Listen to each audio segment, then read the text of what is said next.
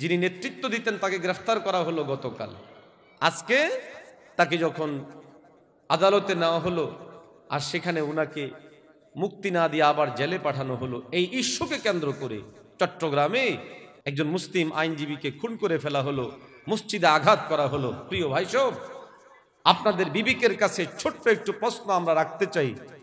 2024-এর 5ই আগস্টের পর গোটা দেশে আমরা নিজেরা অনলাইনে বক্তব্য দিয়েছি, ভিডিও মেসেজ দিয়েছি। আমাদের শীর্ষ আলেমরা সারা দেশব্যাপী মসজিদে মাদ্রাসায় এলান করে দেওয়া হয়েছে যেন ভিন্ন ধর্মাবলম্বী যারা আছেন, হিন্দু হোক, বৌদ্ধ হোক, খ্রিস্টান হোক, ইহুদি হোক, যেন এই জায়গাগুলো কেউ আঘাত না করে। হাজার হাজার ছবি, ভিডিও, সংবাদ আপনাদেরকে দেখানো যাবে। মুসলিমরা বিভিন্ন মন্দির পাহারা দিয়েছে, ব্যক্তিকে পাহারাদারি করেছে। আমরাও বিভিন্ন জায়গায় ফোন করে করে লোকদেরকে বলেছি কোনো অবস্থার মধ্যেই এই অন্যায় কাজের দিকে যাওয়া যাবে না। নিছক রাজনৈতিক বিরোধের কারণে অথবা দ্বিমত ভিন্নতার কারণে কাউকে আঘাত করা, বাড়িতে আঘাত করা, ঘরে আঘাত করা, আক্রমণ করা কোনো অবস্থাতেই সমর্থনযোগ্য না। আমাদের ধর্ম উপদেষ্টা বলেছেন, সারা দেশের ওলামায়ে কারাম বলেছেন, বিভিন্ন ইসলামিক রাজনৈতিক দলের ব্যক্তিবর্গরা নিরাপত্তা দিয়েছেন। আর আজকে আমাদের মুসলিমদের মসজিদকে আঘাত করা, মুসলিমদেরকে খুন করে ফেলার মতো ঘটনা ঘটল। তা আমরা এই পরিস্থিতিতেও বলি, আমরা আমাদের হাতে আইন তুলে নিব না। রাষ্ট্রীয় বিষয়গুলো, রাষ্ট্রের সাথে সম্পৃক্ত এই বিষয়গুলোর ব্যাপারে সতর্কতা ও সাবধানতা জরুরি। আমাদের অবস্থা, আমাদের অবস্থান, এই সমস্ত দিক বিবেচনা করে আমাদেরকে সামনে অগ্রসর হতে হবে, পদক্ষেপ নিতে হবে, কাজ করতে হবে। আবেগ তাড়িত হয়ে চট্টগ্রামে মুসলিমদের উপর আঘাত হলো কেন, আমি আমার এলাকায় কোনো হিন্দু ধর্মাবলম্বীর বাড়িতে আঘাত করব, এটা সমর্থনযোগ্য নয়। ওনারা যেই কাজ করছে এটা রাষ্ট্রীয় পর্যায়ে রাষ্ট্রদ্রোহ হচ্ছে, রাষ্ট্রদ্রোহিতার মামলায় গ্রেফতার হয়েছে। এখন খুন করলো, মসজিদে আঘাত করলো, এই সমস্ত কার্যক্রমের মাধ্যমে তারা উগ্রবাদী সাব্যস্ত হচ্ছে এবং সামগ্রিকভাবে তাদের কার্যক্রমগুলো শ্বেতপত্র ধীরে ধীরে সামনে আসবে ইনশাআল্লাহ, সুম্মা ইনশাআল্লাহ। ইসলামকে ক্ষতিগ্রস্ত করবে আর এই 56,000 বর্গমাইলকে পরাজিত করবে, এটা কোনোদিন ঘটবে না ইনশাআল্লাহ। কিন্তু আমাদের জন্য জরুরি আমরা আমাদের জায়গা থেকে সতর্ক থাকব, সাবধান থাকব। নবীজি সাল্লাল্লাহু আলাইহি ওয়াসাল্লামের উসওয়া আদর্শ, ওই জায়গাটার আলোকেই আমি আমার নিজেকে সাজাবো। ভিন্ন ধর্মাবলম্বী ও বিধর্মীদের সাথে আমার আচরণ যদি লড়াইয়ের ময়দান হয়, জিহাদের ময়দান, তাহলে হালত ভিন্ন। তারাও আমাকে মারতে চাইবে, আমিও চাইব। এটাই জিহাদের, যুদ্ধের এটাই পরিবেশ হয়। সেখানে ছাড়ের সুযোগ নেই, বরং সেখানে যে যাকে শেষ করতে পারে সেটাই চূড়ান্ত হয়। অতএব আমাদের মধ্যে যারা যোদ্ধা, আমাদের মধ্যে যারা সৈনিক, আমাদের মধ্যে যারা রাষ্ট্রের বিভিন্ন এই সামরিক বাহিনীতে আছেন, তারা এই জায়গায় যোদ্ধার পরিবেশে থাকবে। তাদের সাথে যুদ্ধের পরিবেশ তৈরি হলে তাদের আচরণ যোদ্ধাদের মতো করেই হবে।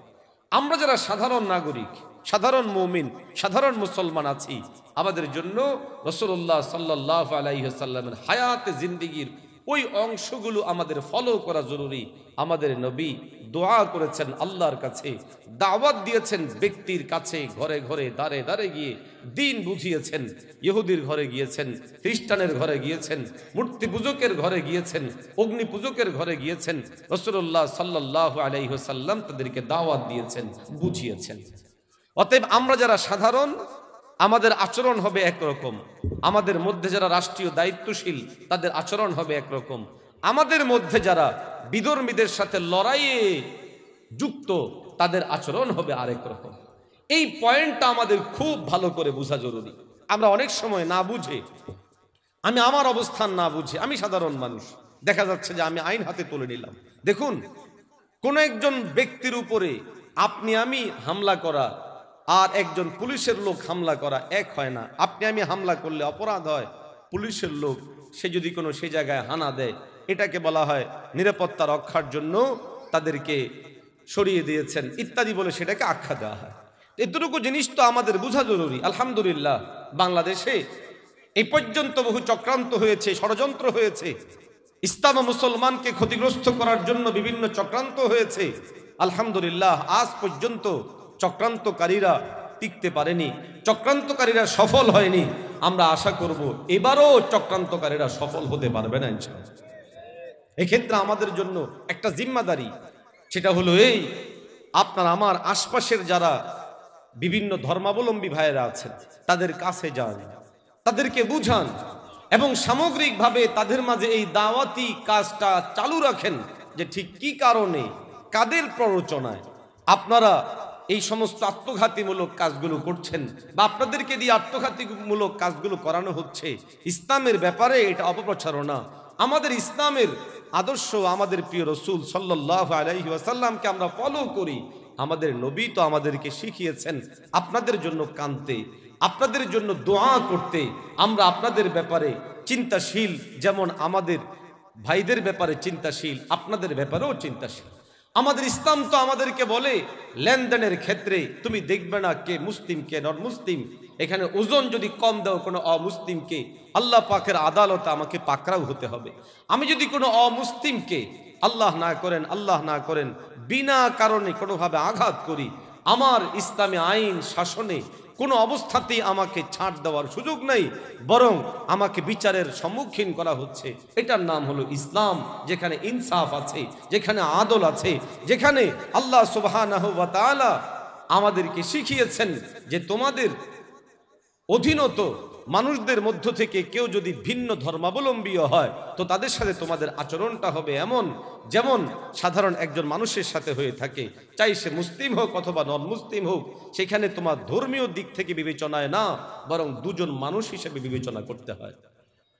এই জন্য প্রিয় রাসূল সাল্লাল্লাহু আলাইহি ওয়াসাল্লামের কাছে কোনো বিচার আসলে নবীজি সাল্লাল্লাহু আলাইহি ওয়াসাল্লাম বিচার করার সময় কে কোন ধর্মাবলম্বী এই আলোকে বিচার করেননি, বরং দুজন মানুষ এসেছে, দুজন মানুষের বক্তব্য থেকে, দুজন মানুষের দাবি থেকে, যার বক্তব্য যার দাবি যথাযথ যৌক্তিক দলিল সমৃদ্ধ, রাসূলুল্লাহ সাল্লাল্লাহু আলাইহি ওয়াসাল্লাম নিজে তার পক্ষে রায় দিয়েছেন এবং আমাদেরকে শিখিয়ে গেছেন যে এই সমস্ত ক্ষেত্রগুলোতে রায় হবে ইনসাফের ভিত্তিতে, আদলের ভিত্তিতে।